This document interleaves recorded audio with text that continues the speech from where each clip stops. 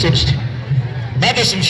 ሂዳክሮስ ስሟት ስሟት። ስምሽ ማን ነው? ሂዳክሮስ። ምንድን ነው ይዘሽ የመጣሽው?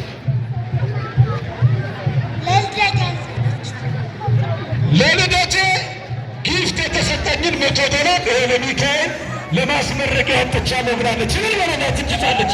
እልል በለናት። ደግሞ ሌላም ልጅ ነው። እስቲ ስምህን ንገር። ያፌት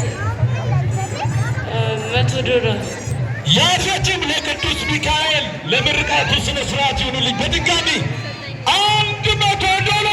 $100 ግሩ በጣም እልል በለናቸው ባካቸው። ሚካኤል ወዳጆ